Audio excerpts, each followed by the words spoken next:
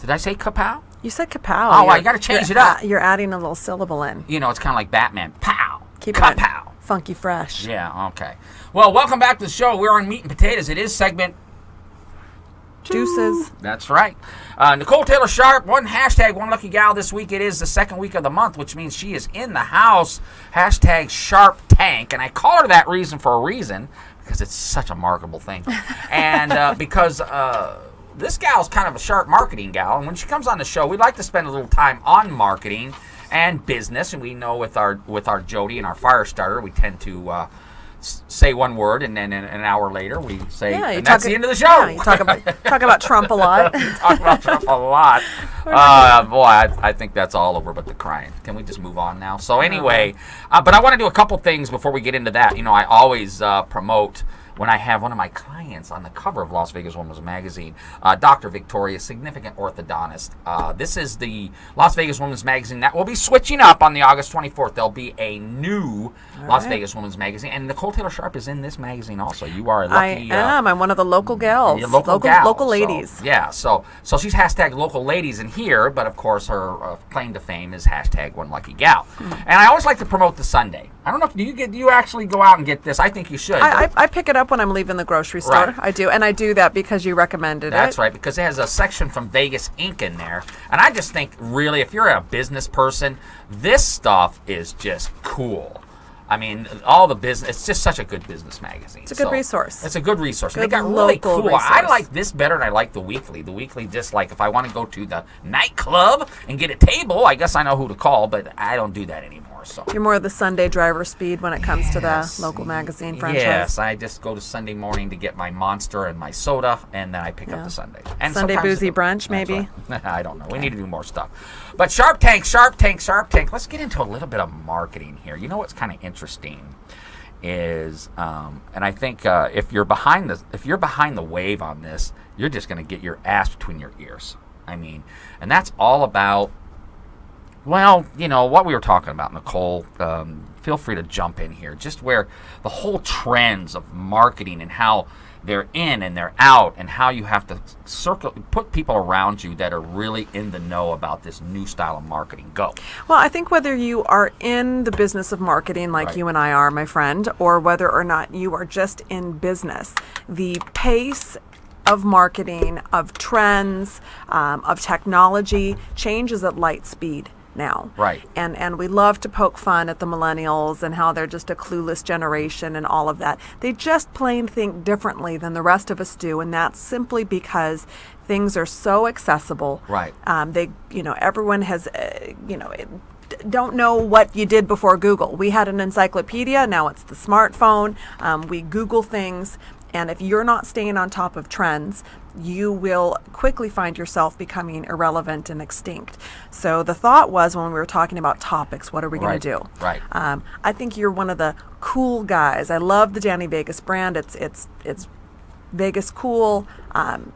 Walking that line, though, of staying classic, old school, cool, being an icon rather than being irrelevant, it can be a razor's edge. Yes. So we wanted to talk about a little bit how you stay on point, how you stay fresh and relevant, make sure that you age gracefully in this market.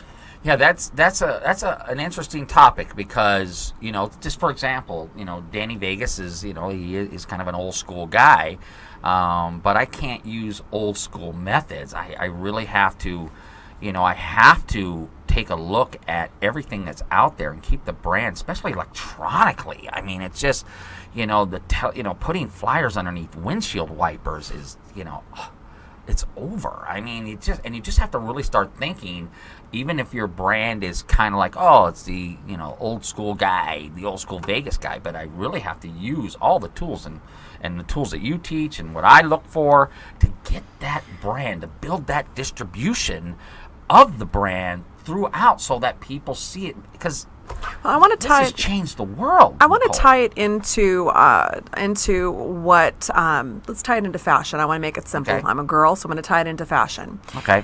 You know, if fashion trends change twice a year, if not more, right?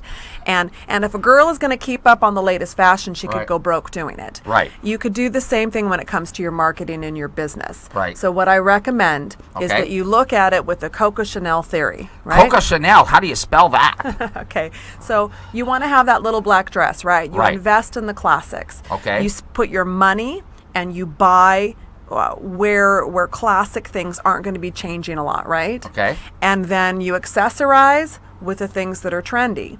Now, how does that tie into business? Okay, that's right? all. Okay. All right, Nicole. Shark Tank. Tell us. Okay. Well, when it comes to Las Vegas, number one, whether you are on social media or whether you're out pressing palms and networking, this is a relationship-driven town.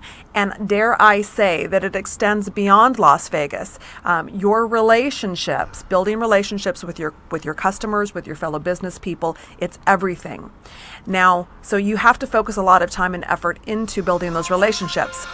Now Sorry about that, Nicole. That's all right. Now the way you do it now, why some of the older generation had such a hard time on social media Right. is they looked at social media as classic advertising. You know, I spent $1,200 on this phone book ad. Right. Okay, let me throw $1,200 into social media management per month, Right. and turn it into a phone book ad. And they didn't understand why there wasn't a conversion and why there wasn't a resonance with their audience on social media. And it's because that social media platform was about building a relationship, wasn't about advertising. And Right. that's where people change. So investing money on building relationships is still important. The question is, how do you do that? And how do you do that well?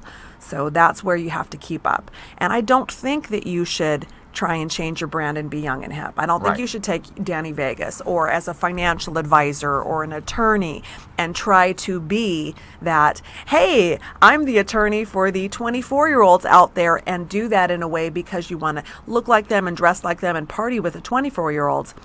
You lose your credibility, and you're going to lose your credibility with your base, Right. the rest of the folks. Because although your 40-year-olds or 50-year-olds or 60-year-olds or 70-year-olds may be aging out and not spending and projected to spend as much money in the future as your millennials, Right. but you can't lose your base and your credibility. So you need to be you, but implement that in a way that's cool. Now, you've done a good job at that. You're still Danny Vegas cool, Right. but you are out there on those platforms like social media. That's right. And you're doing that in a way that stays true to you, but you're there and you're present and you're relevant, and you've learned to speak in the language of the folks that are watching there. Well, it's true, and you know what's interesting. We'll probably get into it in the next segment about what's out there in the review process, and because that's huge now. I mean, especially for tourist-based business here in Las Vegas, like Gene Woods, and talking to.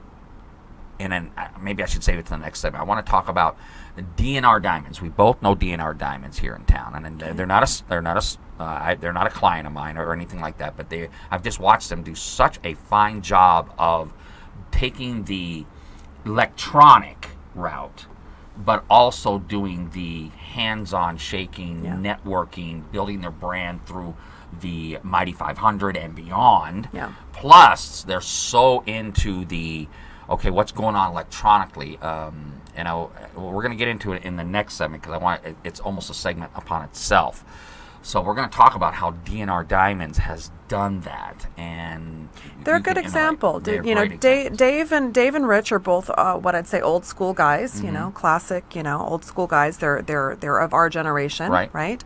They saturated the market. They found their niche in their market, which they did a lot of investing in the networking and the small business community. But their brand, their marketing message, it was the engagement rings. It was young, it was trendy, it was hot. It wasn't grandma's jewelry that they were selling. Now, grandma could come in and feel wonderful and feel special, Right. but they kept that exclusive, great location for their businesses. You have to have an appointment. It's Right. not like It's you're a walking whole into the different Zales counter at the mall. experience. It's an experience. So Right. it's classic and high end, but they are appealing with their marketing, their message.